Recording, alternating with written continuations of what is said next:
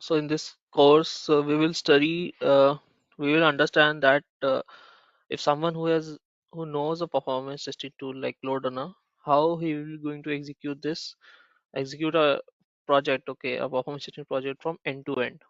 Okay, but before that, I want to talk about the target audience so that everybody gets a clarity that okay, we are at the right place. So basically, it's for the people or students who are interested in searching for jobs. So people who are performance testing, but they don't have that great experience. I mean, they don't have the visibility. They are just working on scripts. Okay, they don't know the different performance life cycles, what goes into that, how to what information that someone should take in, what are the critical points. Without that, you cannot proceed to the next stage.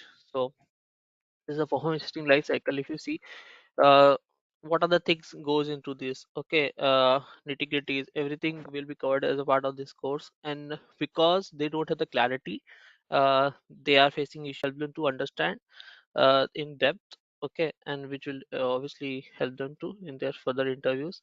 And apart from the process, we also understand that how as a performance tester we help to improve the system. When we say that a performance testing, we do performance testing to improve the stability of the application. We it to help to tune the application. What does it mean? I mean, what inputs are you giving, and how to get the input, how to check the inputs.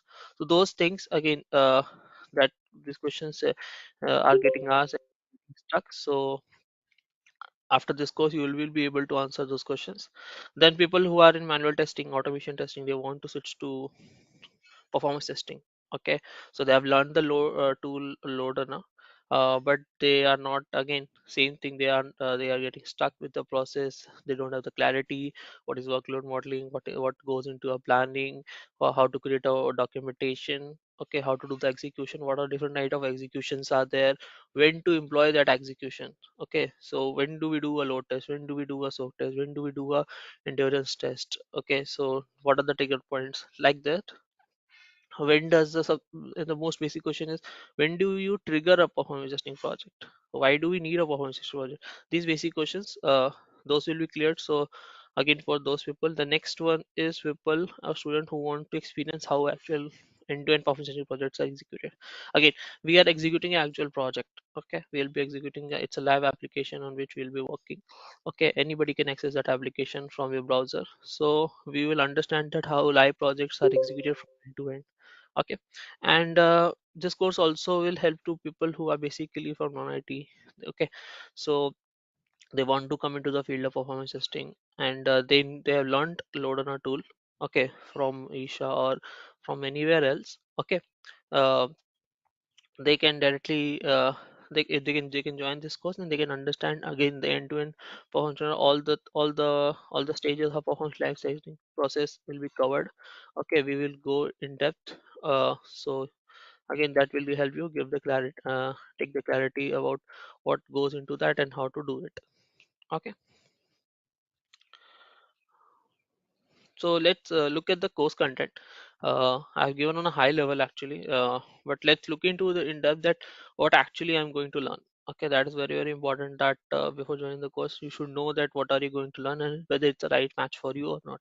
Okay, so so today is your day zero. Okay, in total we'll be having 25 session, or we'll try to wrap it up in 25, but it goes around 26 27 depending upon which speed.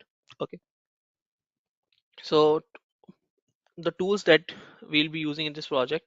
Okay, so let's so we have talked about the student who will get benefit out of this course. Okay, now the tools that we are going to use, so we'll be using LoadRunner obviously, for creating the scripts. Okay, so we'll have 5 different scenarios for which we'll be doing the testing.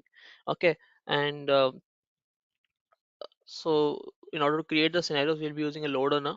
Okay, then Dynatrace for it's a APM tool. So for analytics and all, we'll be using Dynatrace, and then we will using Grafana. Now Grafana is a open source tool. Okay, and the Dynatrace is a paid tool. Okay, so I mean we have included Grafana for a simple reason is that you might people might ask you that okay, it's a paid tool. You tell them that I can do analytics, I can do IPM level monitoring, but I need a tool, I need a Dynatrace. So they said, don't we don't have the budget. Okay, this is a paid tool. Okay, one of the highest paid tool in the industry right now. So how do you suggest them alternatives? So you can tell them Grafana also. Grafana is an open source tool which we can use. Then for project management, we'll be using Confluence. So you will be given access to a Confluence link, a common access, and everybody can access all the documents which is there in this project. You'll be able to access. We keep on updating that document, so immediately you can check it from there as well. Then Postman. I'll talk about Postman. Why we'll be doing a small session on Postman as well. Not post teaching Postman as a part of our will be create in order to create a script we'll need for a smaller part we need Postman. But yeah, someone who doesn't know Postman at all, they will give a fair idea that what is Postman, how to use it. That will be done. Okay, anything else? Yeah, nothing. So first we will discuss about performance life cycle. First of all, that is very important. As a performance tester, you should be aware what is performance life cycle, not for developers, as a project execution also, because it will help you to plan your activities. Okay, so understanding performance life cycles is very very important. Now this is a very, you don't have to memorize it. I mean, it's we'll be discussing about this, but you don't have to memorize. Okay, you don't have to memorize. Okay, the first I have to do this step, do step. Now when you understand this, it will become so intuitive. You will think, you will only say that okay, I have done this, now I have to do this. Okay, and then understanding responsibilities, that is also very important. That's it's written also. But you will understand why performance test manager is written over, why lead is or manager is written over, why test performance test specialist is written over. What there is some, there might be some reason to it, right? And we will understand what goes into these steps, what goes into these steps that require certain expertise, and how to bifurcate in this expertise. We will be able to understand that. Okay, then once that is done, we will having a performance testing walkthrough. Okay, so it's a very basic thing, right? There might be a team in your company who knows what the performance testing. They are coming to you again and again for doing the performance testing, but there are a lot of projects in which the team has never done a performance testing project. They know is that w- we are having performance issues. That means when we say that okay, when I'm going to Amazon, I'm going to buy this product. Okay, I mean, I'll add my product to cart, then I'll do the payment. This everything will get done within 5 seconds. Okay, but that is not happening. So they know, for in order to do this we need to use performance testing, but they don't have a fair idea that what kind of test we need to employ, what is the methodology that we'll be going to use, all those questions. So usually whenever we are doing a project or in your company, or you have to give a performance walkthrough. Basically you have to give understand the other teams, like the way I'll be telling you. You have to tell the other teams in your organizations that what are the offerings that you give as a performance testing team. Okay, so we'll have a performance testing walkthrough. We will make them understand what is performance testing, what kind of different tools that we use, what will be our process, what will be our methodology. All those things will be discussed. Okay, once that is done, if they want to go, they will go ahead with our testing. So we'll start with the NFR gathering. Okay, then we will understand first what is NFR. Okay, what is NFR, what goes into NFR, what are the details that you need to procure in an NFR. Then we will uh, I mean, it's the same session, but that's why 3 is written. So these are the number of sessions. So in the same session we will discuss what are the questions that you should ask. Okay, and we take a lot of details. So what are details that you need to capture as a part of your NFR gathering. Okay, now once that is done, you have done the NFR gathering, but you need to understand the application. You need to understand the application before testing the application. Okay, it's not that first of all you need to create the flows and all, and even after that when you're tuning the application, you should know how my request is going from your browser to the server and coming back to your browser. Okay, you should have the good clarity about that. Okay, so we will understand what go I mean, as for MFS, we will first of all understand the application domain sharing. I mean, basically in this one we will understand what are the different technologies that are involved in this MFS application. Okay, and then we will, one session we'll have on understanding. So we say transactions. When you're creating load on a script, you see, yeah, transaction is there, transaction, we have multiple transactions. Okay, we'll understand what is transaction, scenario, business scenario, all those terminologies we'll understand. But when I say transaction, you can think of as a request. When you're hitting the request, first of all we understand what are the different kind of requests are there. Okay, Okay, so we will understand what are the different kind of requests that goes. Okay, post, delete, put, whatever it may be, get. We will understand what it means. Okay, first of all, and then we will understand that how we'll break down it. Okay, that which and all component where the request is going. We will understand good all this, so that we'll get a good clarity that when I'm hitting a request from a browser and it goes into the server. Okay, and it comes at where and how much time it took, so that as a part of our analysis we can break it down and analyze the issue, right? In order to everything goes into, if you're analyzing it, how do you break down it and look at it in smaller chunks. Okay, so we will understand that. Once that is done, we'll have a session on application architecture. We'll understand the architecture of MFS application, that how MFS application has been designed, and when we will testing the application, which and all component my request will go and how the component will perform. Okay, when that is done, we'll work on the test plan. Okay, so we'll test plan and strategy, these are two different documents. Okay, but we'll try to cover it up in one session itself. So we will see that how to create this strategy. When you are saying that okay, you are going to do the testing of this project, how do you do the, I mean, strategy basically you're planning, right? That how you're going to execute it. So what are the details that you need to capture, what are details that you need to share to the client, who are the stakeholders basically in this. You will get a good understanding about that. And then we will see some 2 3 samples of test plan which we will be using, or which you can use in your projects. So we will see that. Then workload modeling, very important. Then let's say they are telling that okay, I have 1,000 2,000 users on my application, I want to test it. So are you going to put 2,000 in all this one scenario? Okay, how to do the distribution basically. You are saying that okay, I have tested this application for 500 user, 2,000 user. How do you come to that number? And after that, coming to that number, you have let's say 5 different scenarios. Are you going to put same number of users in every scenario, or you will be putting in a different scenario? How to take that call basically? Okay, so we will understanding that. Then we'll be creating a business transaction flow document in which we will understand. Uh, it's basically a simple document. So the flow that you are, for which business flow that you have decided, okay, I'll be doing the testing, how to create documentation, and how it helps as a help someone or in a project, or let's say we move out of project, how to do the create the scripts in the future also. So we will create one document for that. Once that is done, we can go ahead and create the scripts directly. But obviously there are some people who are new to do LoadRunner tool. So I have created two more session, added extra two more sessions basically for those people. So we'll have a good understanding about LoadRunner. First of all, there are a lot of things in a LoadRunner. Okay, we tend to miss out sometimes. So it will be a good recap. Okay, it will be a good revision for people who know it, and if not, uh, people who know little bit less, they'll will cover all the points. Basically, I'll be let's say I need 10 things. I expect you to know 10 things. So I will check that 10 things. If you don't know 10 those 10 things, I will just tell you. So everybody will be at the same level. That is the intention of these sessions. Okay. So once that is done, then in the for the 5 scripts that for which we are be creating, for the 5 different scenarios for which we are finalizing, we have to create the scripts, right? So in that script, certain challenges are there. Okay. So challenges are there. So let's look at the application. Give me a second. So this is the MFS application, for which you can also access the application from your browser. Okay.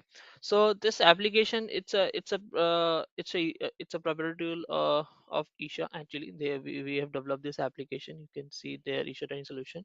Okay. So why we are using this application now?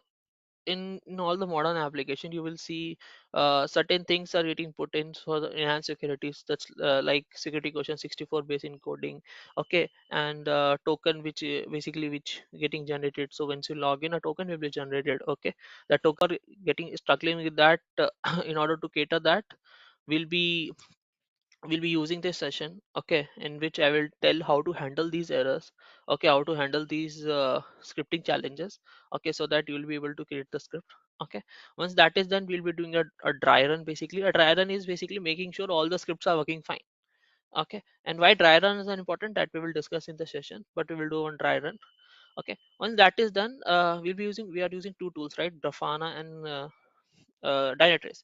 So if you go and tell tomorrow, let's say people who are giving for interview, or people, let's say in your project also, if you're in a project already or you're giving interview, you'll be asked, okay, you have used Dynatrace, what is Dynatrace? What, I mean, how Dynatrace does all these things? That's a very basic question, right? Someone who has worked on Dynatrace, they should know what is Dynatrace.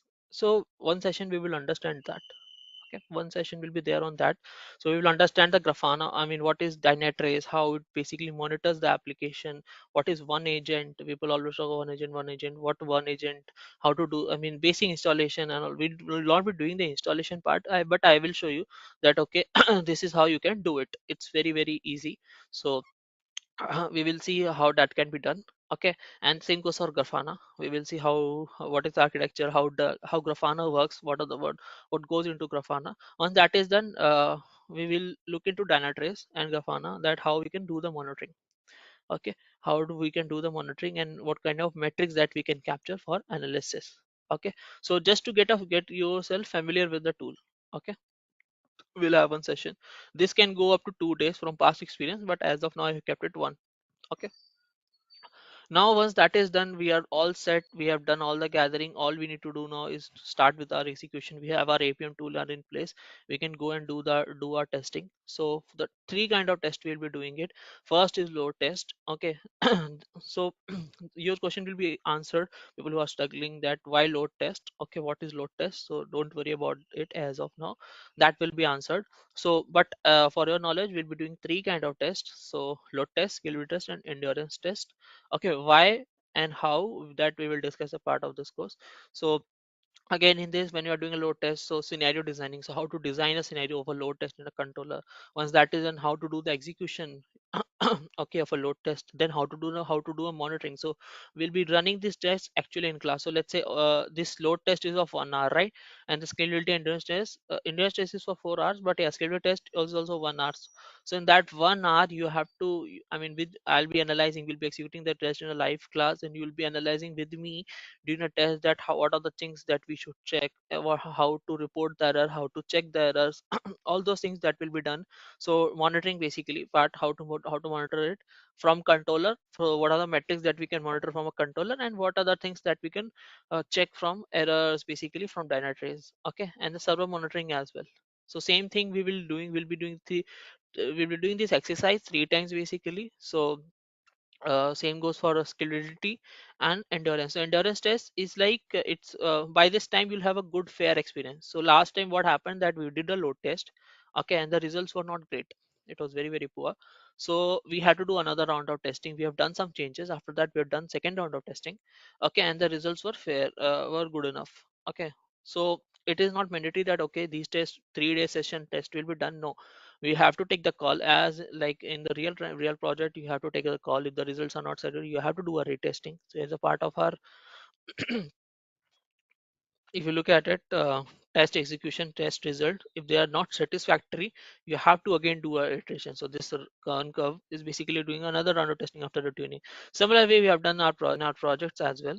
Okay, so but let's say hope that everything goes well. So within 3 days all these tests will be executed.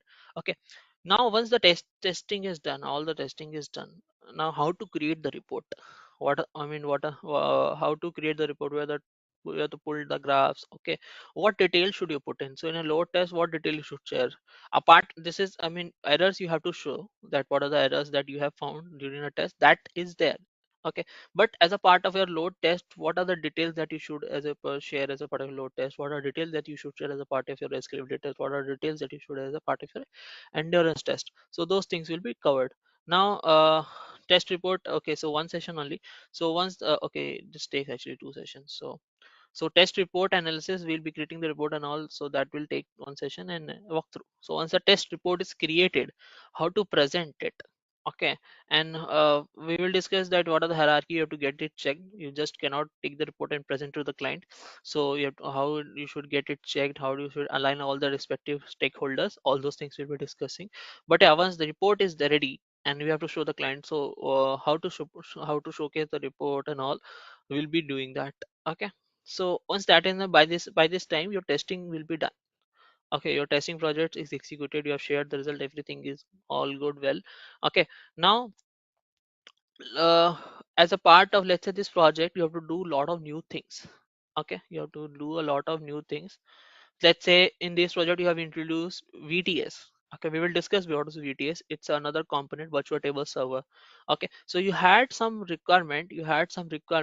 Okay, and that requirement you have to use VTS. Okay, so this was implemented for the first time, let's say, in your project. So how to document that so that in future you don't have to I mean you have to don't have to put some time to do the POC, basically proof of concept, that yeah, this can be implemented in your project.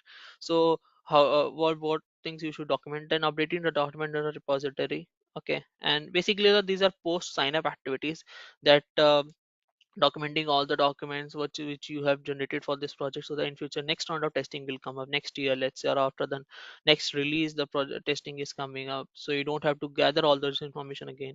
Okay, you can just quickly take what are the new data, and you can go ahead and proceed with the testing. Okay, then next thing is tentative dates, when do we, and these are post activities, lead will do it, but we will discuss about that. Okay, uh, one thing that I missed here. So, when you are discussing the VTS, you will discuss that why VTS was needed and test data preparation. So, how to prepare the test data. So, we will understand. So, in order to prepare the test data, you need to understand what kind of data you will be needing it. So, when we in this MFS application for which we are doing the testing, so it's a e-validating application. Okay, you can think of as a phone pay. Okay, or Bharat Pay, let's say. So Bharat Pay is the app that I am using a lot of for paying the merchant, basically. Now now if you look at from Bharat Pay point of view, they have to manage all the merchants which is there, which are registered with Bharat Pay. Okay, so this application is similar to that. So if I just log in. Okay, so this is admin portal. So all the merchants. So I mean, we have to register the merchant. It's app which is similar to that. So you can register the merchant over here. Then you can put a rule over them that what kind of transactions that they can do. Okay, and then what kind of taxes that needs to be applied. All those things that can be done using this application. So what kind of data that you need? Can I use the same name for, let's say, with the same name, can I create all the rules? Okay, or I need to do different names. So what kind of settings that you need to do in your basically parameter file, or let's say if you're using VDS, then what kind of data you need. When you're registering the merchant, can I use the same name again and again, or I can use the same business name again and again? Let's say I have to use different, how do you prepare the data? All those things that will be discussed at as a part of your, when we'll do discussing VTS. Okay, uh, okay, so by this time